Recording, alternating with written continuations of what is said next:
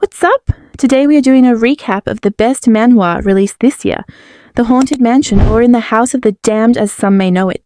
With that, let's get started. The manhwa starts with the main character listening to his father's dying wish, which is to kill the master at the mansion. Immediately after his father dies, he starts his journey to go work at the mansion in order to get revenge on his father's part.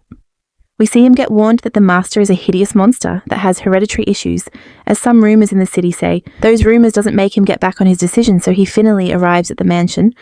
We see someone watching him through the window while he unpacks from the carriage. Until this point, we do not know who that is, but it's obvious it's the master, so yeah. Of course, he gets welcomed by the maids who tells him about one of the rules of the mansion, which is to not go to the third floor where the master lives. My boy came with a lot of hatred, so he keeps questioning and somehow ends up insulting the master. This makes the maid mad and he gets dismissed. Back at his room, he starts questioning his father's hatred and the maid's loyalty.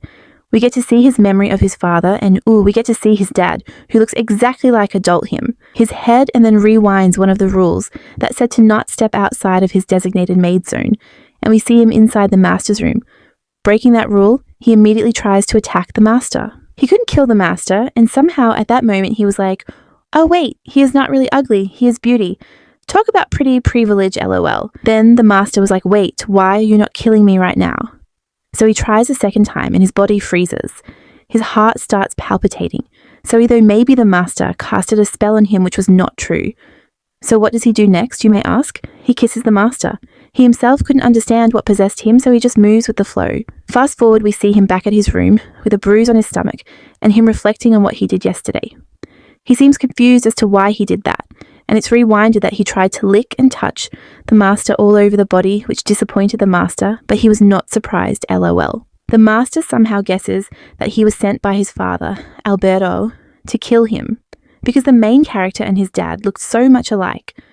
At the same time, we see the master showing his disappointment to the main character's bloodline, which caught him off guard. The master tells him that if he was that curious to know his affiliation with his bloodline, he should come find him. Fast forward, we see the main character starting his work officially. He meets other maids, and one of them is this little girl, whom didn't like his first impression because he somehow assumed that the master was indulging in child labour and pissed the little girl lol.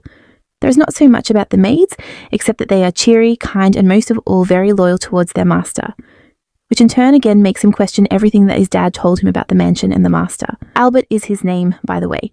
While Albert was at the garden with the maids, bickering as usual, he sees what looks like a vision or memory or a ghost-like figure, someone who resembled him running at the garden, calling out the master by his name Aisha. This shocks him and made him speechless. At the same time, the master is watching Albert with the maids from his window, and he is thinking how much Albert looks like him.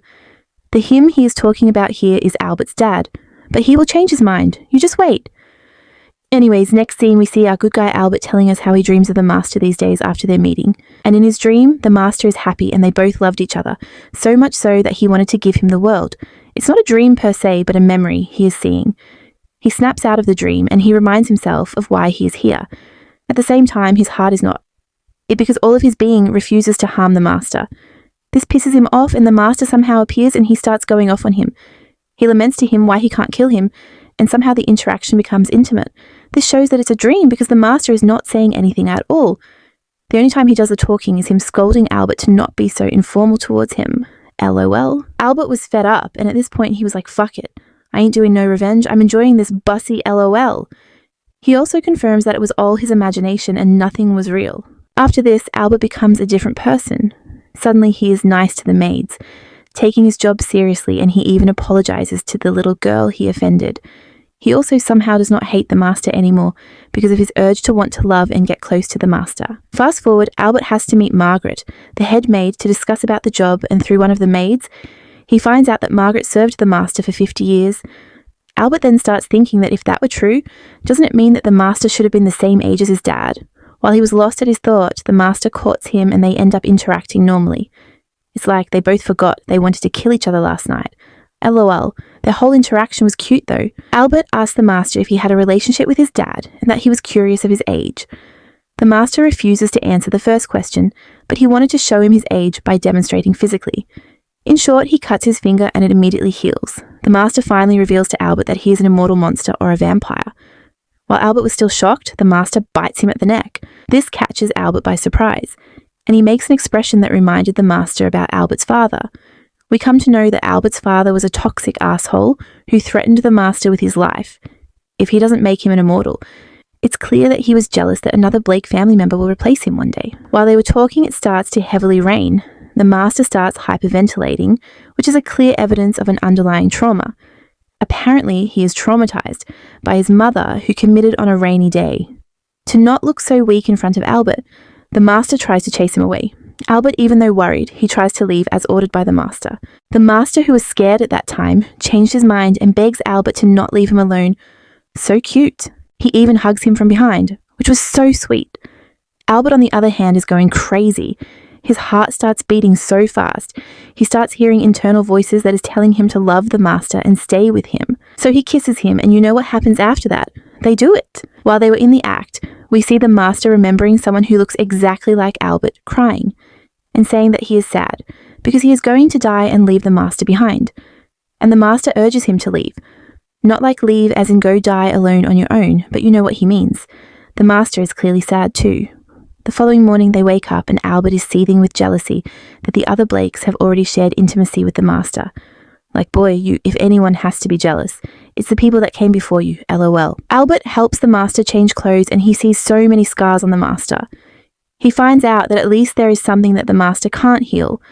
This part is important because the master realizes that Albert reminds him of not his father, Alberto, the toxic Blake, but his first love, Arden, is the whole reason all this started.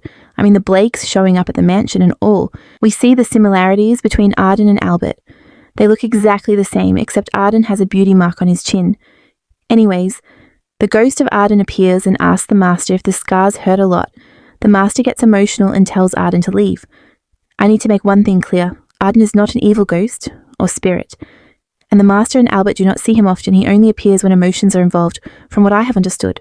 On the other hand, we see Albert at the library of the mansion, looking for something that will make him at least learn about the species of the master, and he finds a journal of an enemy of the master. He reads it and he gets angry at it, but at least he finds some clues relating to the master. While at the library, the head maid, Margaret, finds him. She hands him a key to a room that specifically belonged to the Blakes. Through Margaret, Albert finds out that the Blakes were special, and that some of the rules of the mansion did not apply to them, like the one that said did not step on the 3rd floor where the master lives. In short, every Blake that came to the mansion were allowed to meet with the master, and that all the Blakes served the master like him, including Albert's father, Alberto. Albert gets curious and asks Margaret if everyone that came before him also loved the master like him, and when answered yes, he got pissed. LOL.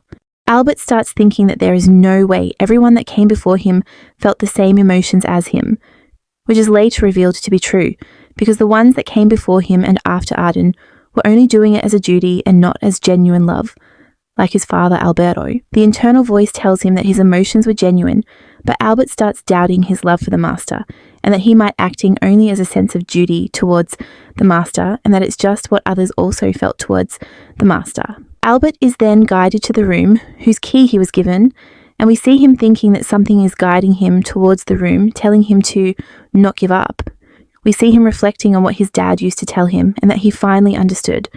The reason why his dad said all those things from the master was because he was jealous that his son will one day replace him. By the way, the dad used to abuse Albert too, from a sheer jealousy. Albert gets mad and starts screaming at his father, who obviously is not around. He later says that he was not mad, because his dad used to abuse him, but the fact that others have touched the master before him. Okay, we love a jealous top, hoo-hoo. Albert then spots something in the room, a picture of a person who looks exactly like him. At first he thought it was his father, but then he realizes they have different eyes and that the person in the picture had the same eyes as him. With the picture, there was a diary of the person, and he finally reads the diary of the masters. First love, Arden. This is where I'm going to leave you at for part 1. The plot gets crazy. Part 2 will be released as early in 2 days, so please subscribe and thanks for watching.